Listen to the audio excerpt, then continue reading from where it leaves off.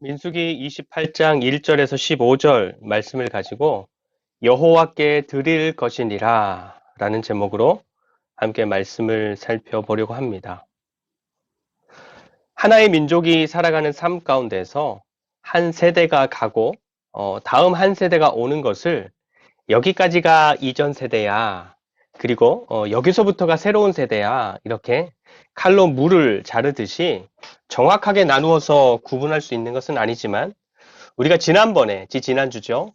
그때 살펴봤던 민수기 20장의 말씀이 세대가 전환되는 시기, 출애굽하고 가데스에서 가나안 땅을 정탐하고 하나님을 향해서 그 땅을 악평하면서 그 땅에 들어가기 싫어했던 세대들이 조상들에게로 돌아가고 정탐 때 20세 이하였던 아이들, 그리고 광야에서 새롭게 태어난 아이들로 구성된 새로운 세대가 시작되는 그런 시기라고 말씀드렸습니다. 그래서 그 이후로 등장하는 이스라엘 백성들은 더 이상 광야에서 돌고 돌아서 광야에 머무는 세대가 아니라 가나안 땅을 향해서 하나님께서 약속하신 그 땅을 향해서 나아가는 세대인 것입니다. 그래서 하나님께서 이 백성들을 가나안 땅에 들이기 위해서 선택하신 길이 바로 왕의 대로라고 불리는 길. 당시 상인들이나 군대나 많은 사람들이 남북으로 이동할 때 이용했던 길인데 그 길을 이용하려면 세 나라를 거쳐야 했습니다. 에돔, 모압, 암몬. 그래서 가장 먼저 에돔에게 사람을 보내서 이제 허락을 구하지요. 근데 돌아오는 대답은 안 된다 였습니다. 최대한 길로만 조용하게 지나갈 것이고 혹시나 짐승들이 물을 먹게 된다면 그 값을 제대로 지불하겠다라고 했지만 안 된다 였어요. 그러면서 에돔 왕이 이제 백성들을 막 끌고 나와서 이스라엘 백성들을 막아서기까지 했습니다. 그래서 모세는 에돔과 싸우지 말라라는 하나님의 말씀을 따라서 에돔을 둘러서 가는 길, 좀 불편하고 좀 더 힘들지만 둘러서 가는 길을 선택해서 가게 되었던 것입니다. 근데 문제는 거기에서 끝나지 않습니다. 자기들을 막아서는 에돔은 그렇게 둘러서 지나갔지만 그 다음에는 에돔 다음에 어디죠? 모압, 암몬 순서로 이제 왕의 대로가 뻗어 있으니까 에돔 다음으로 모압이 기다리고 있는 것이죠. 근데 모압은 먼저 달려 나옵니다. 모압 왕이 발라함이라는 무당을 데려와서 이스라엘 백성들을 저주하도록 의뢰했던 것입니다. 근데 모압 왕이 데려온 무당 이 발람을 통해서 아무리 이스라엘 백성들을 저주하려고 해도 하나님께서 허락하시지 않습니다. 이 무당이 이스라엘을 저주하려고 할 때마다 하나님께서 축복의 말을 하도록 말씀하셨기 때문입니다.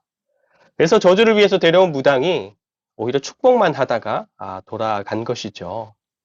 여러분, 하나님의 백성들은 그런 사람들입니다. 하나님께서 지키시고 하나님께서 보호하시는 백성들.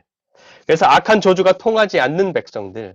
하나님의 지키심 가운데 하나님 주시는 축복과 은혜와 평강을 누리는 사람들이 바로 하나님의 백성들, 우리 그리스도인들인 것입니다. 그래서 이런 생각들에 빠지지 않으시기를 바라요.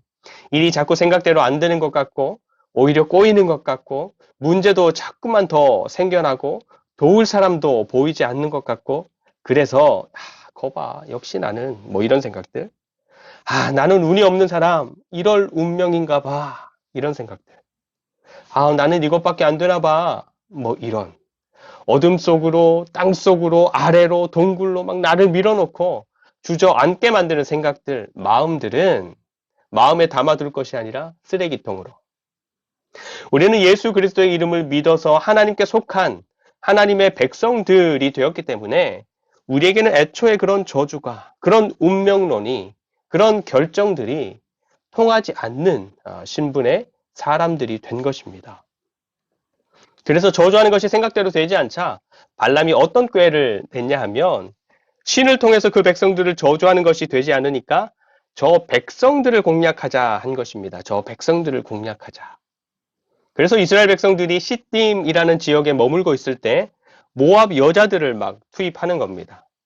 그래서 이스라엘 백성들의 남자들로 하여금 모압이 섬기는 신에게 제사하는 일에 가담하도록 만들었던 것입니다. 그래서 이스라엘 백성들 가운데 연병이 일어나서 그 백성들 2만 4천 명이나 죽게 만드는 우상 숭배, 모압의 저주, 발람의 꾀가 성공했던 것입니다. 여러분 늘 그렇죠. 우리를 향한 하나님의 어떠하심에는 변함도 없고 흔들림도 없고 덜함도 없습니다. 로마서 8장에서 말씀하시는 것처럼 세상의 그 어떤 것도 그것을 끊을 수 없고 막을 수 없습니다. 늘 하나님 편에서의 실수나 문제가 아니라 우리 편에서의 실수, 우리 편에서의 문제인 것입니다. 우리가 하나님을 놓치는 것이고, 우리가 하나님을 벗어나는 것이고, 우리가 하나님을 외면하는 것. 그것들이 문제의 시작이었던 것이죠. 그래서 그런지 이 광야 2세대 백성들이 광야에 머무는 것을 벗어나서 이제 가나안 땅을 향해서 가는 여정 가운데에서 사실 처리해야 할 것들도 많고 준비해야 할 것도 많지만 하나님께서는 오늘 말씀, 하나님께 제사하는 것, 하나님을 찾아 나오는 삶에 대해서 다시 한번 강조해서 말씀해 주십니다. 우리 1절과 2절 말씀을 보겠습니다. 1절과 2절. 여호와께서 모세에게 말씀하여 이르시되 이스라엘 자손에게 명령하여 그들에게 이르라. 내 헌물, 내 음식인 화제물, 내 향기로운 것은 너희가 그 정한 시기에 삼가 내게 바칠지니라. 아멘. 여러분, 우리 하나님 굉장히 당당하게 말씀하시고 우리에게 당연하게 요구하고 계시죠. 내 헌물, 내 음식인 화제물 내게 바치라.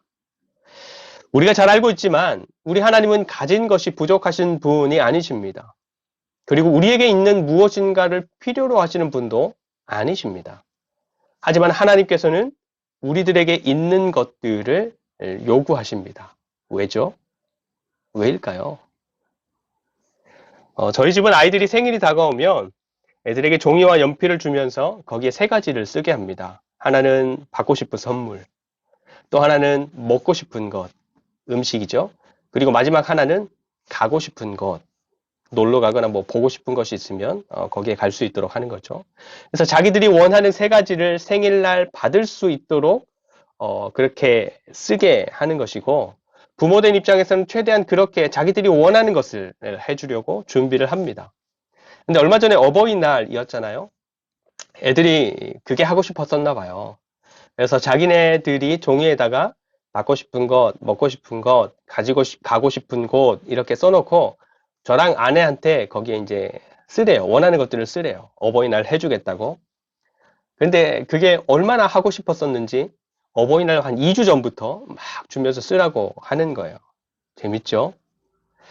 근데 되게 고민되더라고요.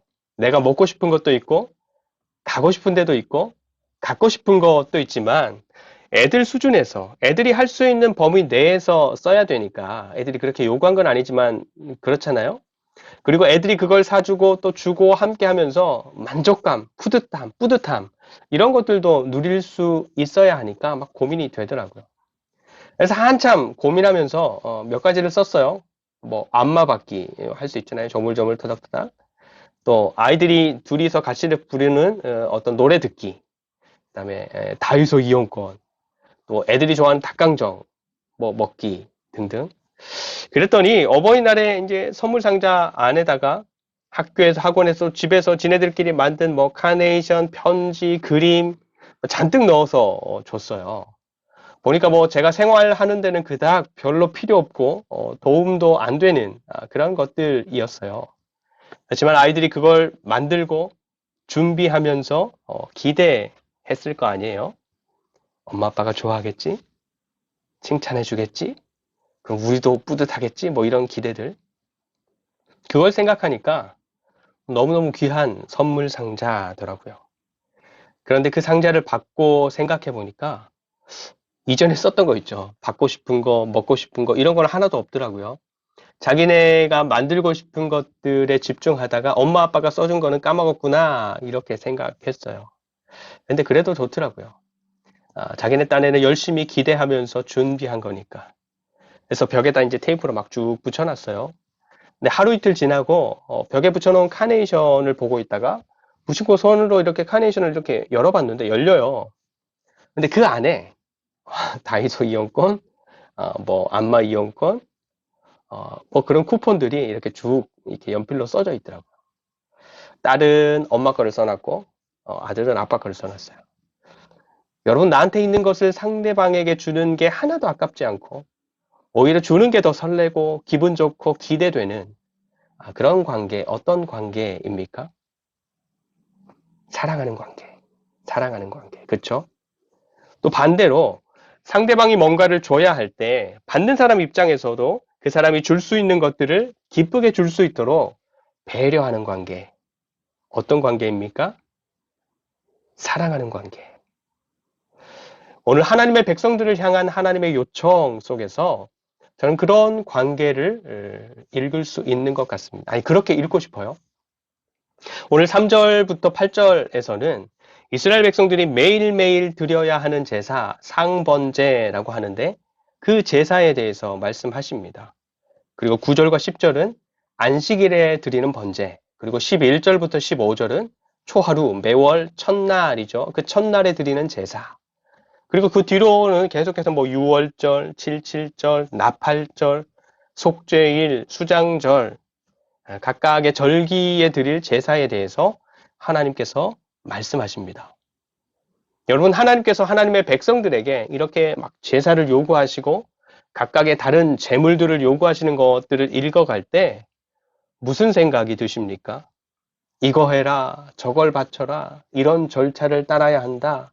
이 부분은 태우고 요만큼은 뭐 버리고 요만큼은 드리고, 어떻게 생각하면 좀 귀찮은 것 같기도 하고, 또 어떻게 생각하면 좀 아까운 것 같기도 하고, 또 어떻게 생각하면 너무 하시는 거 아닌가 싶은 생각이 들기도 합니다. 근데 여러분, 우리는 잘 기억해야 됩니다. 우리 하나님께는 부족한 것이 없습니다. 더불어 우리가 믿는 하나님은 우리가 가지고 있는 무엇인가를 필요로 하시는 분도 아닙니다. 그렇지만 우리 하나님께서는 당신의 백성들에게 3절 매일매일 아침 저녁으로 순양을 번제로 드리라 말씀하십니다. 더불어 5절에 그 매일 드리는 번제와 함께 곱게 빻아낸 곡식도 드리라 말씀하십니다. 왜요? 정말로 그 제물들이 필요해서가 아니라 그렇게 순양을 드리고 곱게 빻아낸 곡식을 드리는 수고와 헌신을 하면서도, 자기들이 헌신하고 수고하면서도 기대하는 마음으로 준비하고 설레는 마음으로 그 시간을 기다리고 그렇게 드리는 그 시간을 기쁨으로 맞이하는 백성들, 그 백성들과 그렇게 사랑하는 관계가 되기를 원하시기 때문인 것입니다. 매일매일 아침 저녁으로 드리는 상번제는 오늘날의 시대로 바꿔 적용하면 하루를 시작하면서 또 하루를 마무리하면서 하나님을 찾는 시간, 드리는 제물이 중요한 게 아니고 드리는 형식이 중요한 게 아니라 관계, 하나님께서 원하시는 관계의 질, 그 농도가 중요하다면 하루의 시작과 하루의 마무리를 하나님 앞에서 시작하고 하나님 앞에서 마무리하는 삶을 살아가는 것, 그것으로 바꾸어 생각해 볼 수 있을 것 같습니다. 이제 40년 동안 머물렀던, 아니 벗어날 수 없었던 광야가 아니라 새로운 땅을 향해서 조금씩이지만 나아가는 삶을 살아가는 2세대 백성들, 새로운 백성들입니다. 앞서 26장에서는 20세 이상으로 전쟁에 나갈 만한 사람들을 계수하여 정리하는 것도 마쳤습니다. 그리고 27장에서는 하나님의 싸움을 이끌 새로운 지도자 여호수아도 세웠습니다. 그래도 아직 많은 것들이 남아 있습니다. 40년간 지내왔던 환경을 벗어나서 새로운 목적지를 향해서 새로운 길을 걷고, 그래서 새로운 문제들도 만나게 되는 삶이기 때문에 정말로 생각해야 할 것도 많고 그에 따라 준비하고 계획해야 할 것들도 많을 테지만 하나님께서는 무엇보다 그 백성들이 하나님 안에서 시작하고 하나님 안에서 마무리하는 삶, 지키느라 번거로울 수도 있고 바쁜 일상 속에서 귀찮을 수도 있고 정말로 재미없을 수도 있지만 하나님 안에서 하루를 시작하고 하나님 안에서 하루를 마무리하는 백성들, 그렇게 하나님과 함께하는 시간을 기뻐하고 하나님과 함께하는 그 시간을 기다리고, 그래서 하나님과 함께하는 그 시간을 기꺼이 맞이하는 백성들과의 관계를 하나님께서는 원하시고 기대하시면서 매일매일의 번제를 요구하시는 것입니다. 여러분, 오늘날을 살아가는 많은 사람들의 하루의 시작이 어떻습니까? 피로감, 의무감으로 시작합니다. 많은 일들을 해내야 하고, 그래서 그 많은 일들로 말미암아 스트레스도 많이 받는 삶입니다. 그래서 아침에 일어날 때 그리 개운하지 않습니다. 피곤합니다. 하지만 일어나야 하고 그날 주어진 일들을 감당해야 합니다. 그래서 아침 시간은 늘 바빠요. 여유롭게 다른 걸 할 겨를이 없죠. 그러면 하루의 마무리는 어떻습니까? 주어진 많은 일들을 쳐내고 사람들을 만나고 생겨난 문제들도 해결하고 맞이하는 저녁 시간, 밤 시간은 얼른 씻고 자고 싶죠. 혹시나 좀 여유가 생기면 그냥 편안하게 또 자유롭게 하고 싶은 것들을 하고 보고 싶은 것들을 보면서 시간을 보내기도 합니다. 그날 하루 열심히 달려온 나를 위한 보상 같은 휴식 시간을 보내는 것이죠. 주어지는 많은 일들, 또 많은 짐들 속에서 살아가는 오늘날의 많은 사람들에게 그런 편하고 자유로운 시간, 방해받지 않고 쉼을 누릴 수 있는 시간들이 정말로 필요합니다.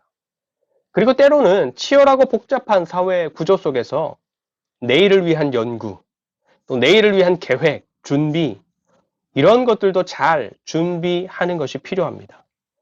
그런데 그럼에도 불구하고 우리 그리스도인들이 놓칠 수 없는 시간, 그 어떤 환경 속에서도 우리가 그리스도인으로서의 삶을 지켜내기 위해서 놓쳐서는 안 되는 시간이 바로 하나님 안에서 시작하고 하나님 안에서 마무리하는 시간이어야 한다라는 것을 오늘 말씀을 통해서 우리에게 가르쳐 주시는 것입니다. 그렇다고 여러분 제가 매일 새벽 기도 해야 된다. 하루를 시작하기 전에는 반드시 큐티를 해야 된다. 마무리할 때는 하루를 돌아보며 잘못한 것들을 회개하고 좋았던 것들은 감사하는 기도를 해야 된다. 이런 하루를 시작하는 방법, 하루를 마무리하는 방법, 그런 방법론들을 말씀드리고 싶은 게 아닙니다. 그리고 반드시 이것은 해야 됩니다. 라고 어떤 특별한 일을 강조해서 말씀드리는 것도 아닙니다. 단지 오늘 말씀을 보면서 말씀드리고 싶은 것은 2절 뒷부분에 너희가 정한 그 시간에 하루를 시작하기 전 이른 아침이든지 마무리하는 밤이든지 우리가 할 수 있는 시간을 정해서 지금 내 형편과 수준에서 하나님을 생각하는 것보다 조금 더 하나님을 생각할 수 있도록 그리고 지금 내가 하나님을 사랑하는 것보다 조금 더 하나님을 사랑하는 사람이 되도록 삶을 조정하면 좋겠다. 삶을 조정하면 좋겠다라는 말씀을 지금은 하고 싶은 것입니다. 그러면 그 정한 시간에 뭘 해야 되냐? 우리의 생각이 하나님을 향할 수 있게 하는 것이라면 무엇이든지 우리의 마음을 하나님께 두게 하는 것이라면 무엇이든지 말씀을 읽든지 기도를 하든지 찬양을 듣든지 부르든지 묵상을 하든지 좋은 신앙 서적들을 읽든지 무엇이든지 내가 정한 그 시간에 우리의 생각을 하나님께로 향하게 하는 그것 우리의 마음을 하나님께 두게 하는 그것을 하면 좋겠다 하는 것입니다. 사람마다 각각 다르겠죠.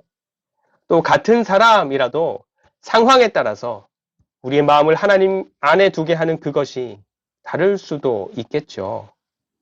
하지만 매일매일 성실하고 진실하게 쌓여지는 그 잠깐의 시간들이 언젠가는 우리가 각자에게 주어진 하루의 삶을 통째로 하나님의 통치 아래 두는 것을 기뻐하는 사람들이 되도록 우리를 바꾸어 내실 것입니다.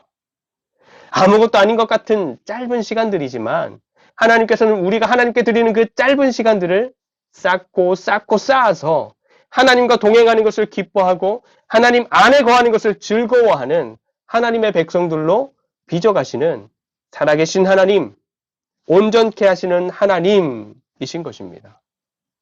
그렇기 때문에 9절과 10절 안식일에는 1년 되고 흠없는 순양 2마리와 고운 가루 10분의 2에 기름 섞은 소제와 그 전제를 드릴 것이니 이는 상번제와 그 전제 외에 매 안식일의 번제니라. 아멘. 일주일에 한 번 한 주간을 마무리하고 쉬는 안식일의 관점에서든지 한 주간을 시작하는 주일의 관점에서든지 일주일에 한 번 하나님을 향해서 우리에게 주어진 시간을 구별해서 드리는 시간 그리고 11절에서 15절 한 달의 첫 시간을 하나님께 구별해서 드리는 시간 이렇게 우리가 여호와 하나님께 드리는 그 짧은 시간들, 그 작은 마음들, 그 부족한 헌신, 그 애씀들이 쌓이고 또 쌓여서 우리로 하여금 하나님을 더 사랑하는 사람들이 되게 하는 것이고, 그래서 우리가 하나님을 더 기뻐하는 사람들로 만들어 가는 것입니다. 저와 여러분들의 삶 가운데 이런 고민이 늘 있었으면 좋겠습니다. 오늘 하루 어떻게 하면 하나님을 더 생각할 수 있을까? 오늘 하루 어떻게 하면 하나님을 더 사랑할 수 있을까? 내가 어떻게 하면 주일 예배를 통해서 하나님을 더 깊이 알 수 있을까? 내가 어떻게 하면 주어진 한 달을 하나님 안에서 살아갈 수 있을까? 이런 고민들. 그래서 오늘 말씀에서 요청하시는 것처럼 매일매일의 번제를 이런 제물로 저것들과 함께 드려라 하셨을 때,